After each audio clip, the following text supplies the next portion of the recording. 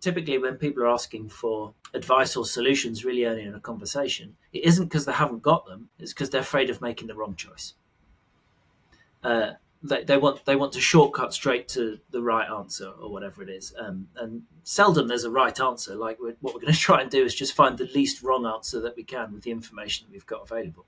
And it's no good me inserting my answer to their problem, because that was the answer that worked for me at that time. And what they need is the answer that's going to work for them. Welcome to Career Coaching Secrets, the podcast where we talk with successful career coaches on how they built their success and the hard lessons they learned along the way. My name is Davis Nguyen, and I'm the founder of Purple Circle, where we help career coaches scale their business to $100,000 years, $100,000 months, and even $100,000 weeks.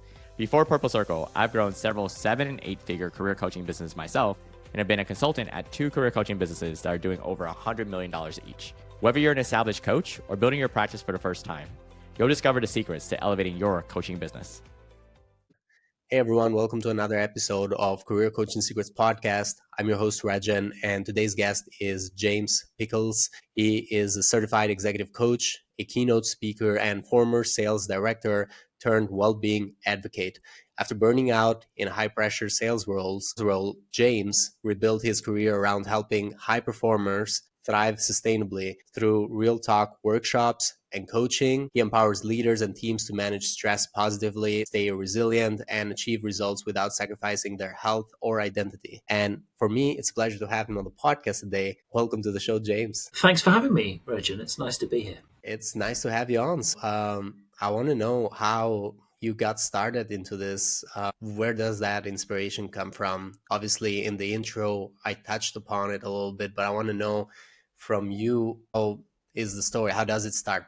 Why start a coaching business and become a coach? The clue's in the bio a little bit, because there's a burnout chapter. Perhaps I would like to pretend it was some clever pivot that I came up with just during COVID, and that it was a well thought out plan. That would be disingenuous, because that's not true. I didn't know that I wanted to be a coach or that I could earn a living from it. I didn't know that I wanted to turn into a speaker or that I could get paid to do so. It was as a consequence of a number of conversations that I was having at that time. Conversations that I would never had before had I not made a conscious decision during my recovery from burnout, which was some dark times. I committed to myself that from that point on, I would speak more openly, more often to more people. And that kind of was the opposite of what I'd been doing before. I wasn't speaking openly to very many people, and I hardly ever did it. It was as a consequence of that silence that led me to burning out in the first place. So it wasn't really a plan. It was just a kind of words to live by. It became a bit of a mantra. And so as a consequence of speaking more openly, more often, I began telling the story about my experiences, and people responded amazingly positively to it and began to ask me to help, either with a talk or a workshop, or maybe, could I talk to their friend or wife or husband who also in secret is having a really hard time. So I just began having conversations with people. And along the way, the therapist that I was working with, which is quite unusual for a therapist, but she made a suggestion, and her suggestion was, why don't you go ahead and study coaching? Because she thought I would find it interesting and challenging and enlightening of myself, and I appeared to be interested in it. So she made that suggestion, and gosh, she was right. It was really hard, but really enlightening. So that began me on the journey in a small way, back in, where are we now? Back in 2020. So it's been about 5 years since you started the coaching business on the side. Yeah. Right now you're doing it full time, right? Yes. Cool. When you're going through that coaching journey, what's the most rewarding part? It's the moment where the lights come on. It's the aha moment when you're speaking to somebody who feels like they are lost and that they don't have choices, that the barriers are too high, that they can't speak up, that there isn't a route forward for them. They feel lost, they feel blocked. And it's the moment that they realize that doesn't have to be that they could make different choices. Not only that they could conceptually make a different choice, but they know what choice to start with, and that they feel sufficiently encouraged or empowered, or just, to use plain language, brave enough to try. So it's the moment when you see that, and the moment after that is when they do it, and the moment after that is when it begins to work, and suddenly you're talking to a completely different person whose whole life is about to change. And the best bit is that it's them doing it. I haven't told them to do anything. This is not my job. A coach doesn't tell people what to do. I've just helped them unlock their own door. That's correct. So there's also like a fine line between a coach and a therapist, right? There's a difference there. And when it comes to sparking that change to someone, how does that work for anyone who's like listening and is feels that way, feels burned out? If they wanted to work with you, how does that journey look like? How does your program work? Let's say that. Is it a program or is it actually just one-on-one conversations? It varies a little bit, but typically, well, firstly, it's always with a conversation. Like no coaching journey with anybody starts without a conversation, a proper conversation. It requires a couple of things. It requires honesty, requires trust, and requires rapport. And in my experience, there's not going to be a healthy, constructive coaching relationship that exists without honesty, rapport, and trust. And it's really hard to build those things digitally. So everything starts with a conversation. There might be other things that you do prior to a conversation to initiate it, but largely it's about a conversation. And the point that you make, Rexhen, is interesting about the overlap, the potential crossover or overlap between coaching and therapy, because sometimes they do feel quite similar, and they're not. They're not the same. A coach isn't a therapist isn't a coach. They fulfill different roles. To call yourself a therapist, you need to go through a lot of training. And the professional standards are there, the safeguarding is there, the supervision is there. Therapy is quite a hard road to tread, actually, to go ahead and train it. And inversely, there is no barrier to entry to being a coach, legally speaking. Mm-hmm. Anyone at any point can call themselves a coach and be one to some standard the next day. You don't have to be qualified. So as a consequence, there are a ton of coaches out there. Some are brilliant, some are adequate, some are rubbish because they haven't trained, they haven't learned. Anyway, I'm waffling on. So what's the difference? So, and I see it as my job to know the difference between coaching and therapy, not the person on the other end of the screen, because how are they supposed to know? And I do know because I have trained. I've had therapy, which was helpful, not just for me to recover, but also to really understand what therapy is and what it does. And I've also trained and I'm certified in coaching, and we touch on it. So simplistically, my explanation that I give to people is that how to tell the difference. Well, coaching lives in today and tomorrow. Therapy lives in yesterday. And if we're spending a lot of time in a conversation thinking about things that happened in the past and how we felt about them, we're probably having a therapeutic conversation. If we're talking about how we'll use those experiences to inform our perception and choices from today onwards, we're probably having a coaching conversation. It's true that you can have a little bit of both in a conversation, but the emphasis for a coach must exist in today and tomorrow and moving forward. And there are kind of three overlapping circles in the Venn diagram, would be that of mentor. So at what point is a coach mentoring somebody, or at what point is a mentor coaching somebody? And again, because I like simple, you can mentor someone on a subject with which you have direct lived experience. You can't mentor somebody on a thing that you've never done. You can coach them on it, but you can't mentor them. And again, I need to be able to tell the difference from that. And if I am asked or required to lean into more of a mentoring responsibility, which is fine, it's in service of the client, but we must do so overtly and deliberately. Mm-hmm. We can't just fall into it by accident because we're not establishing the right parameters. Cool, thank you for the breakdown. I've always been a little bit confused, very clear on what's the difference between a therapist and a coach. Obviously, a very big difference, but always been curious about the mentor and a coach, because many times you do see coaches that offer also mentoring, but mentoring, like you said, is like a lived experience. Let's say based on your sales experience, just as an example, you would mentor someone in sales. Does that make sense? Yeah, because I've done it. I've trod that path. I've got lived experience, models, processes that I can bring. I know what's worked for me and what hasn't. But it's an important distinction. Just because I've done it before doesn't mean I then suddenly turn into a teacher, because that's not mentoring either. I'm not there to lecture them or preach or teach. I'm just saying what I can bring to the table here are relevant, pertinent examples, anecdotal examples that look similar to the scenario that you have been in. And I can talk you through the environment that I was in, the decisions that I took, and what the outcomes were.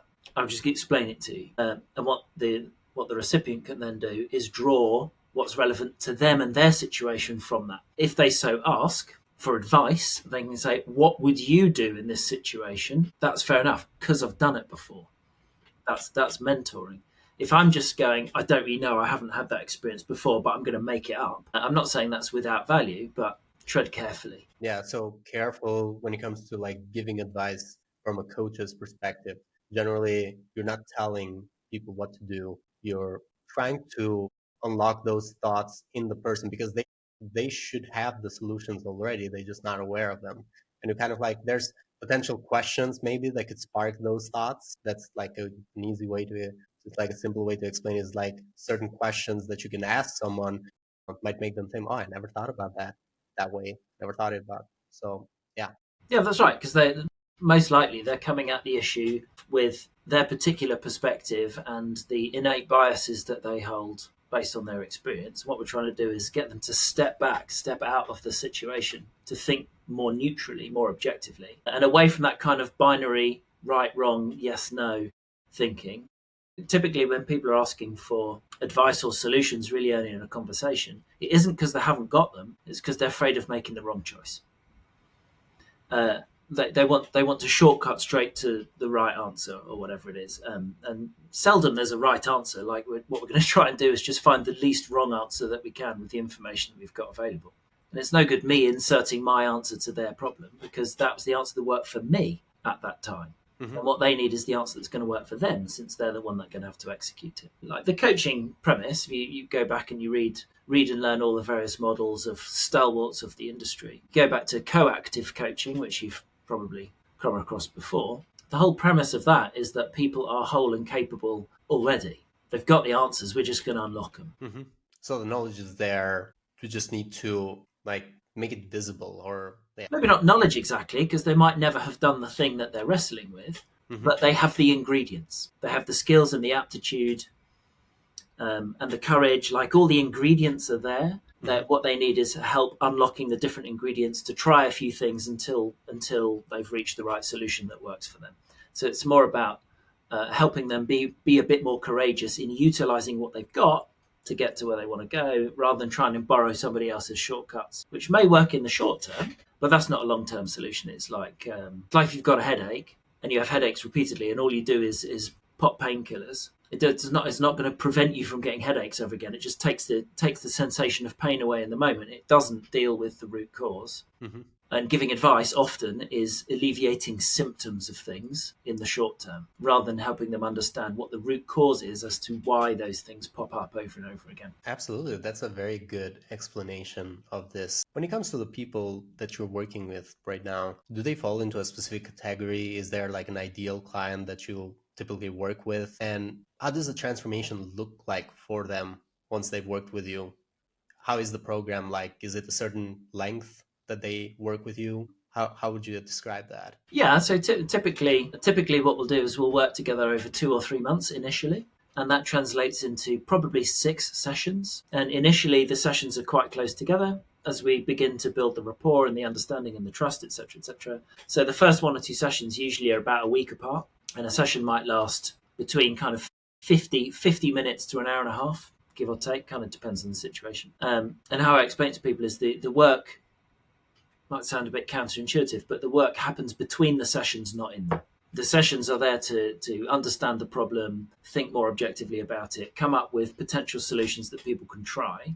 And I emphasize the word potential because we don't know what the solution is yet, because we need to try some things. And it's very unlikely that we'll come up with the magic formula that's going to totally resolve whatever it is that they're wrestling with straight away. It's incredibly unlikely. What we're probably going to do is try a couple of things and then use the following session to simply evaluate how did it go. And the second session pretty much always starts the same. Hey, how are you? Some pleasantries, followed by what was it that you decided to try in our last session?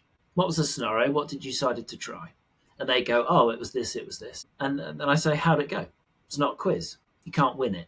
It's just, what did you intend? What did you do? What happened? And there's always a gap between intend, did, and outcome.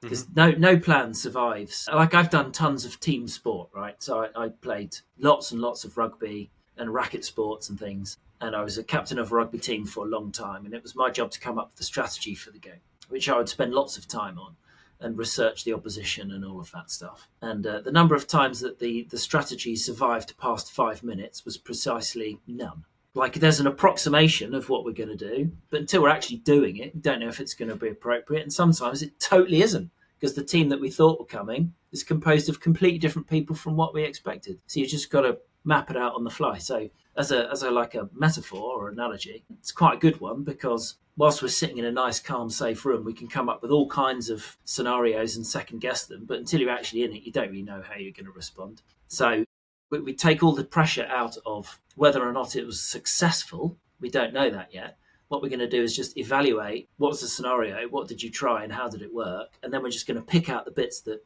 did work, discard the ones that didn't, and iterate.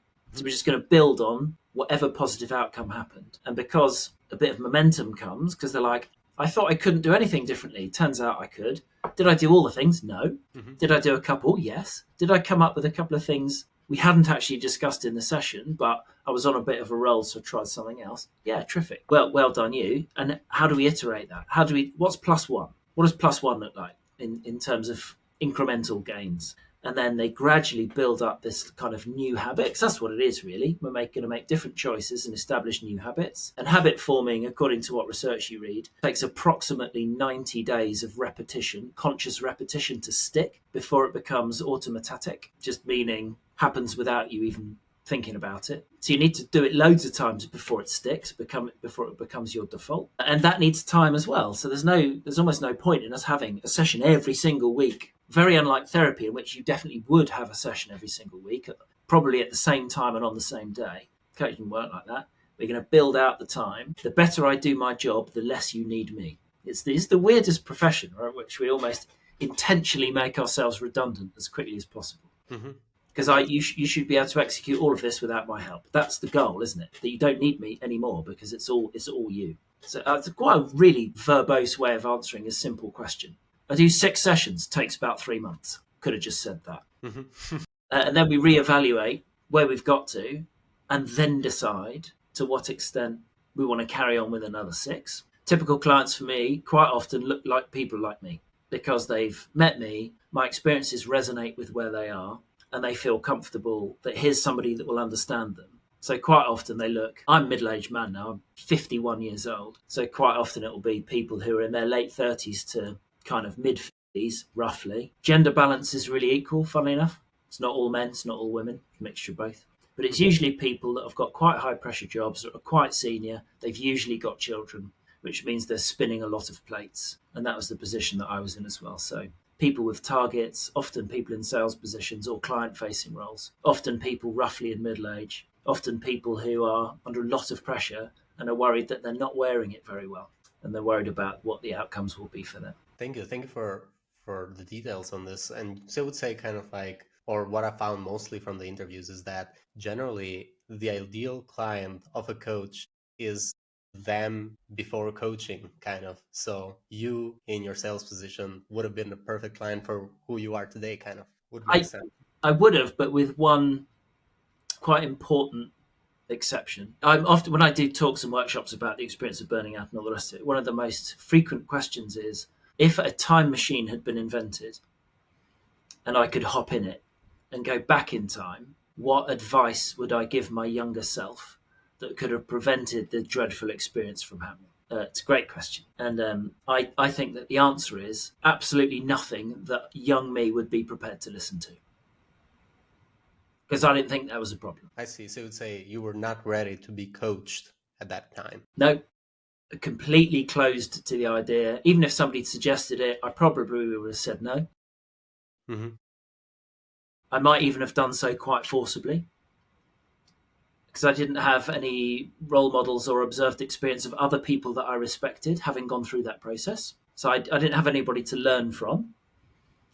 And I didn't think that there was a problem. And I wasn't prepared to engage with the idea that there was. So it sits squarely in the category of how welcome unsolicited advice is. And in my experience, it isn't. It's not at all welcome. If people pretend that it is, they're like, oh yeah, thanks so much for that completely unsolicited advice you've just given me. I shall pretend to listen to it, politely wait for you to bugger off, and then I'll just carry on doing exactly what I was doing before. Because I wasn't open to it, didn't ask for it, didn't invite it, and you gave it to me anyway. It also could sound like criticism instead of advice. Yeah, depends on how you take it. Yeah. Yeah, exactly right. There's a concept that I explore a lot. And it's the difference between supporting someone and solving. Support versus solve. And what nearly all managers, me included in the past, what nearly all people do is listen only long enough to establish like the main points of the challenge. They then interrupt before the person's even finished, and they insert their solution into that problem without being asked to do so. And they go, "Oh, I was just trying to help." Well, what if I didn't ask for your help?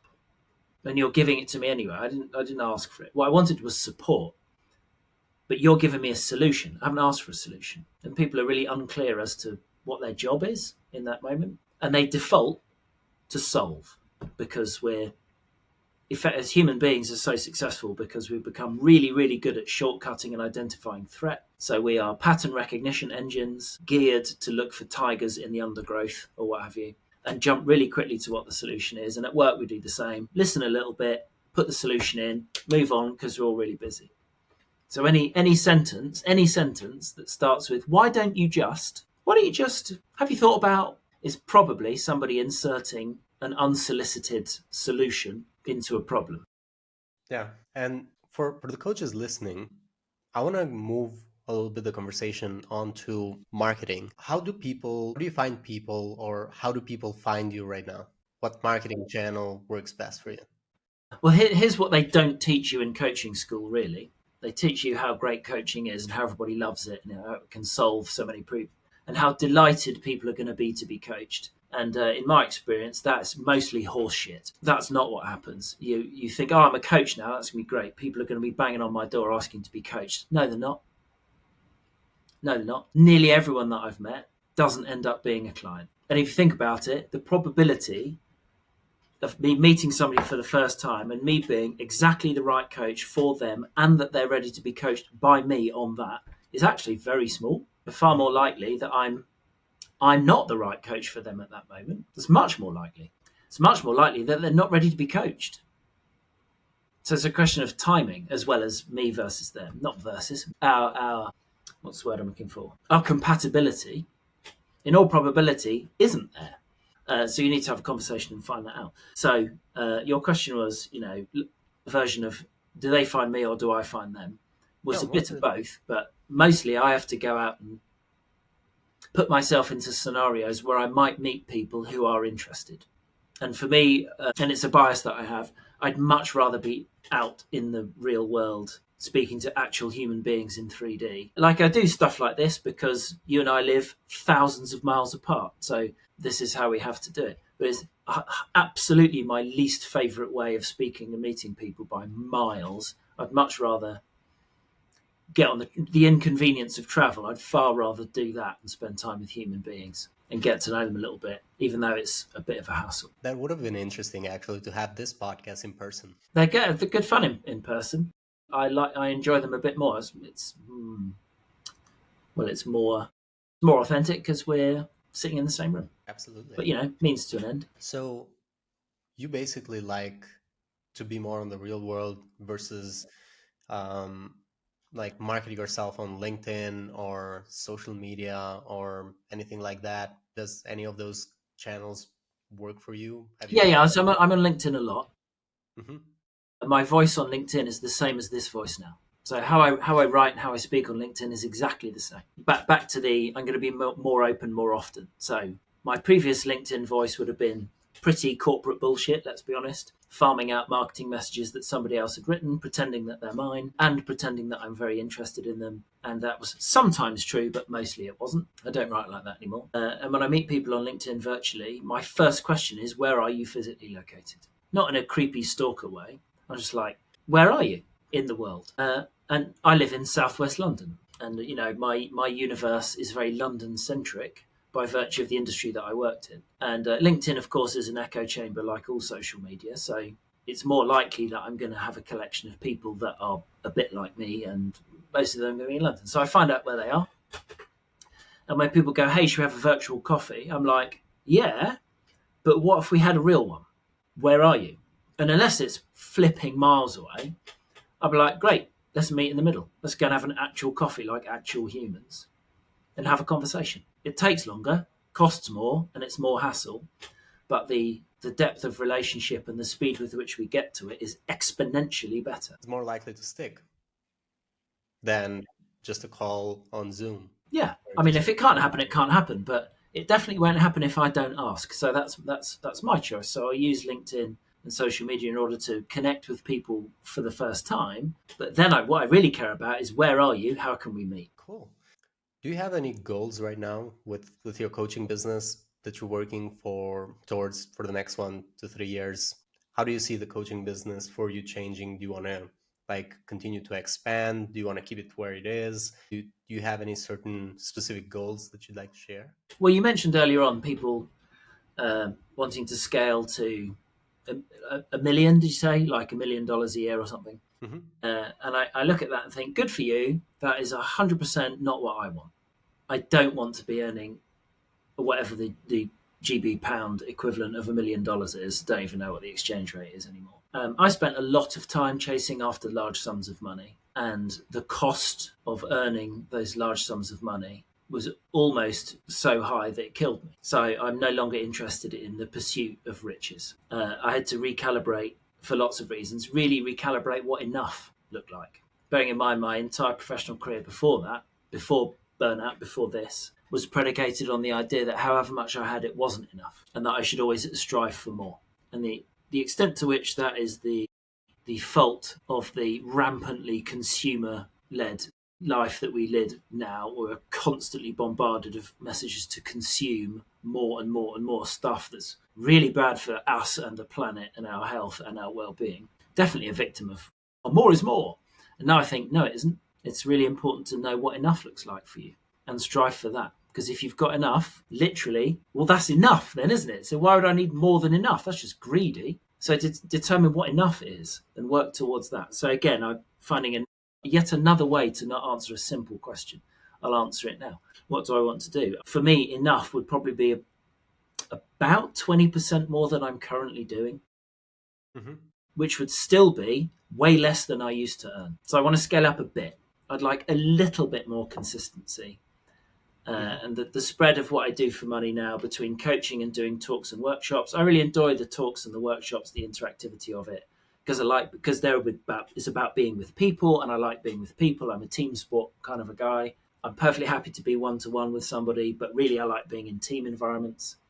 So I'll have ideally probably 2 team engagements a month, and from that I will almost certainly meet 2 or 3 or 4 people that would like some one-to-one coaching off the back of the themes that we developed. So actually, the coaching business is secondary to the talk and the workshop business. Cool. So only a small scale is what you have in mind. Obviously, peace of mind is more important. And for many people, it's actually very hard to determine what that enough is. And the reason why is because it's also that enough can change over time, depending on how the world goes. Sometimes it could be enough. What was enough 10 years ago is not enough today. Yeah, well, it's not a fixed number.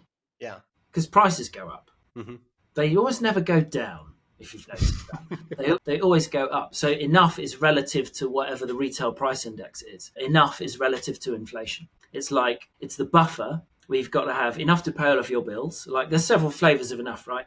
I need to earn enough, otherwise I can't pay the bills. So therefore, that's not enough. Because if there's an unexpected expenditure, the car breaks down, the boiler breaks, whatever, a bill comes in you weren't expecting, you need enough money to pay for that. And then the layer above that is, do I occasionally like seeing different countries? Yeah, I do. Do I like travel? Yes. Do I want to be exposed to different cultures, different people that are completely different from me? Yeah, I really do. So I'm not in like some isolationist state. Can't imagine anything worse than a room full of people that look and sound exactly like me. So boring. I'd want to be around all kinds of other people because they're interesting, and I'll learn from them, and they'll have opinions that are different from mine. We already live in a horrible echo chamber created by Silicon Valley social media. I don't need more people with the same views as me.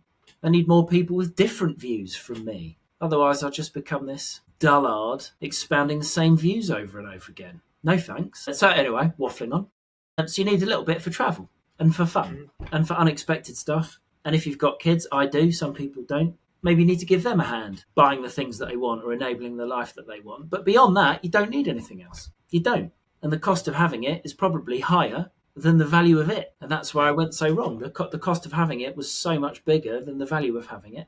And once you're on that track, it's really hard to get off, and you'll never ever be satisfied. So I cast my happiness and satisfaction into the distant future, and that's where it stayed all the time, to the detriment of ever feeling satisfied with today. And today's all we've got. Don't know what's happening tomorrow. Without getting too metaphysical, the end point, the end of all of our journeys, is either being cremated or buried, is us being dead. That's the end point. Everything else is just how much we enjoy the journey between today and then. So I need to make sure we can enjoy today sufficiently, because that day of me being dead could be tomorrow.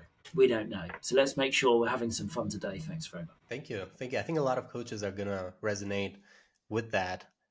For the ones that are resonating with this, have there been any investments that you've made in the coaching business? I know this is not like the main thing for you right now, but have there been any investments that you feel like, oh, that was actually a good investment? I'm after good investments for my research. What would have been some good investment? Could be investments in yourself, could be investments in coaching programs. Obviously, you did some training before becoming a coach. That's also an investment you mentioned.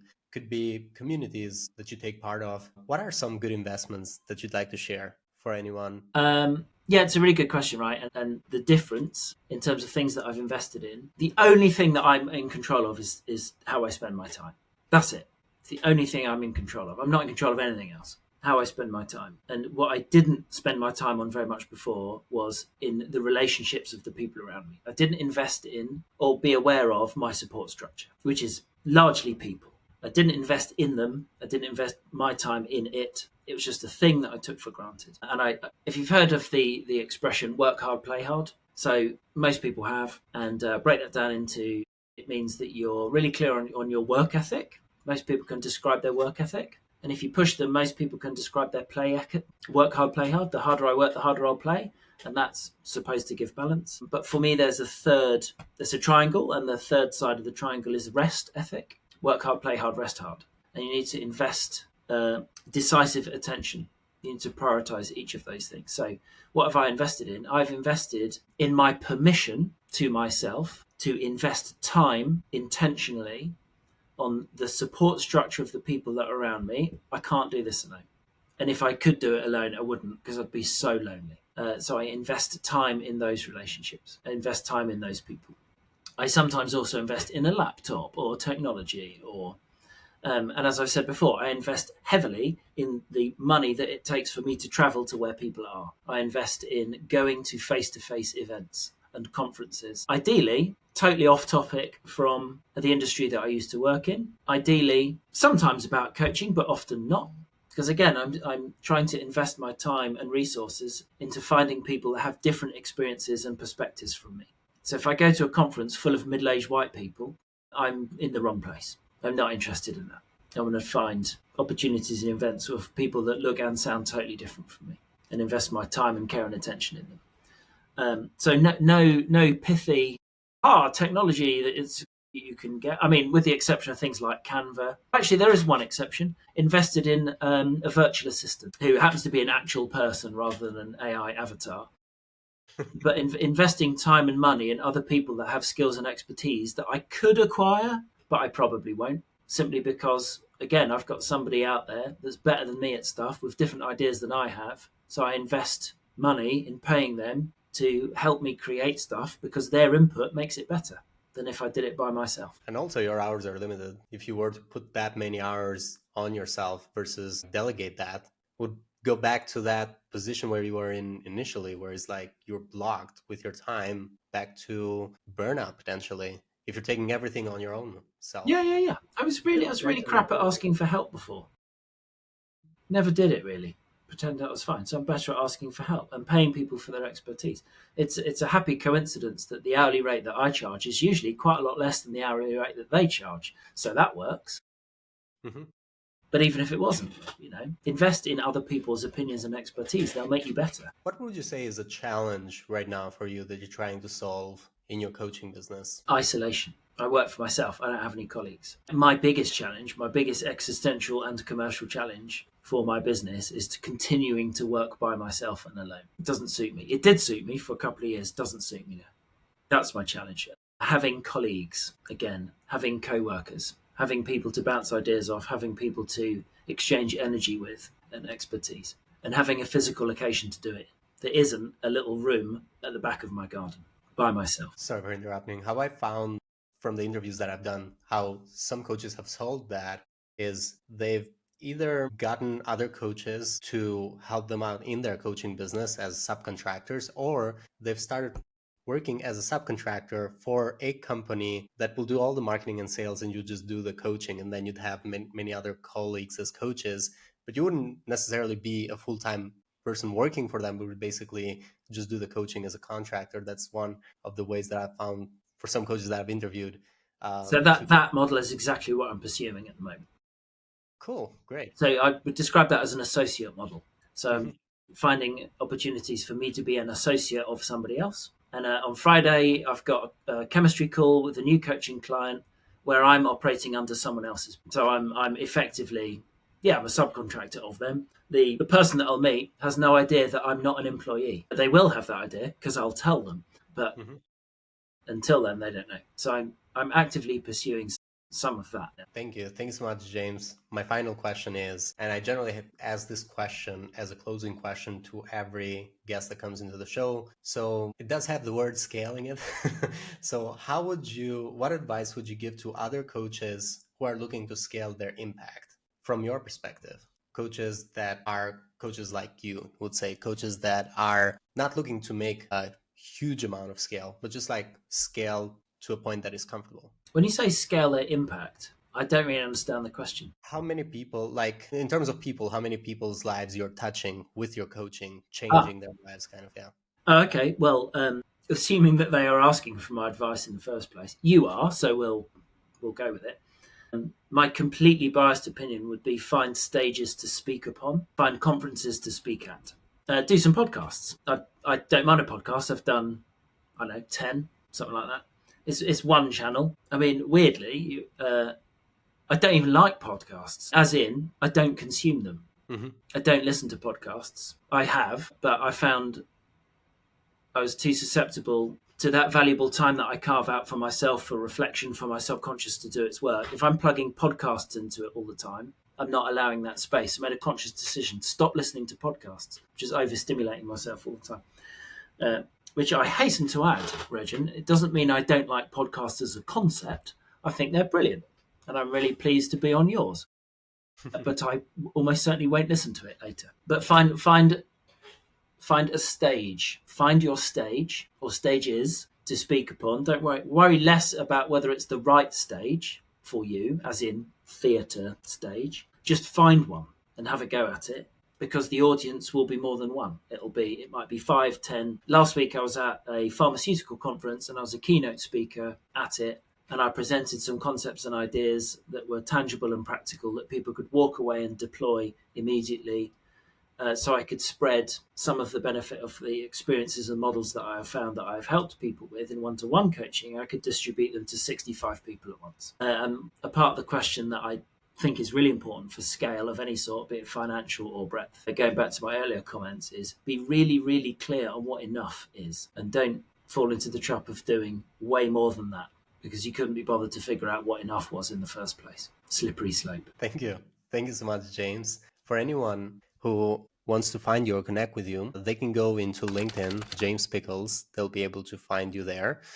Apart from LinkedIn, there's also the website, jamespicklescoaching.co.uk, where they can also go. Correct. Is there any other way people could reach out to you and connect with you? No. You'll find me on no other social channels at all. Definitely not X or Twitter. That nutcase is not having any of my business. But yeah, I only use one social media. I'm not interested in the rest. They're largely awful, in my opinion, and I don't want to waste my precious energy on them. So find the website, find me on LinkedIn, drop me a message, have a conversation. Thank you. Thank you so much for coming, James. That's it for this episode of Career Coaching Secrets. If you enjoyed this conversation, you can subscribe on YouTube, Spotify, Apple Podcasts, or wherever you're listening to this episode to catch future episodes. This podcast was brought to you by Purple Circle, where we help career coaches scale their business to $100,000 years, $100,000 months, or even $100,000 weeks, all without burning out and making sure that you're making the impact and having the life that you want. To learn more about our community and how we can help you, visit joinpurplecircle.com.